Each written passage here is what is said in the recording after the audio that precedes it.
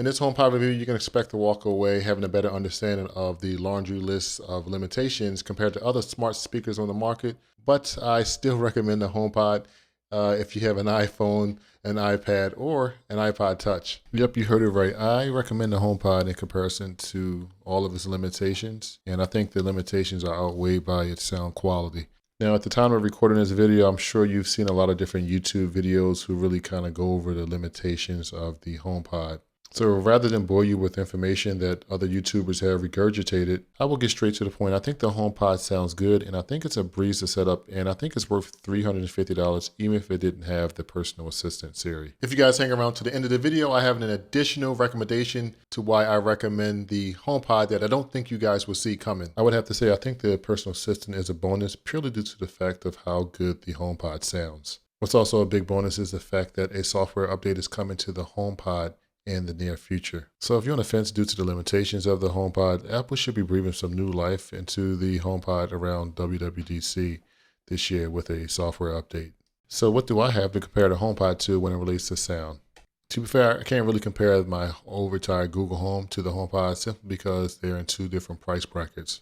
Now, prior to the recall, I owned the Beats Pill XL, which retail for about $300, which is in the right neighborhood of the HomePod pricing. Now, the Beats Pill XL sounded good, but to date, I haven't heard a speaker of this size deliver the kind of bass that is not overwhelming. But at the same time, the HomePod gives hip-hop, R&B, and even pop a level of authority, as the speaker fills a room with your favorite hits that now has an aggressive attitude.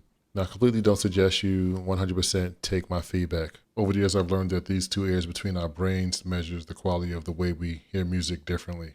How we hear music is very subjective. So we've established that the HomePod sounds great, but the HomePod is also a breeze to set up, which I think is due to Apple's world-class ecosystem that offers a high level of intimacy that Bose and Sonos will never have with Apple's hardware and software. While on topic of hardware, what are you guys' thoughts of the HomePod design? One important feature I think is worth mentioning for the moms, and of course the dad, is the easy to access toggle to turn off explicit content, which is in the HomeKit app of your iOS device to ensure the little ones don't pick up any bad habits. Now, I've seen all the jokes online from it looks like a roll of toilet paper to a pineapple, and even a MacBook Pro with fishnet stockings on. With all jokes aside, the design of the HomePod is unobtrusive for almost any bedroom, living room, at least if you opt for the space gray, not the white one. But I think if you're looking to spice up your kitchen or even your home office, I think the white version would fit in perfectly. So it's not all about sound. I recommend iOS users picking up the HomePod for its design. On a side note, will anyone be down with Apple releasing a product red HomePod? I ask this because I'm biased to red since it's my favorite color. Before I let you go, here's that surprise function that has me in a recommendation lane with the HomePod.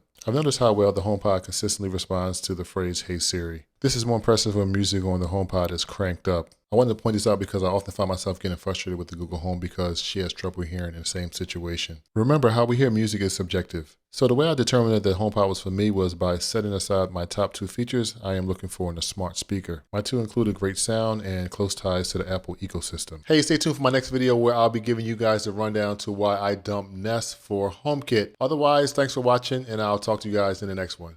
Peace.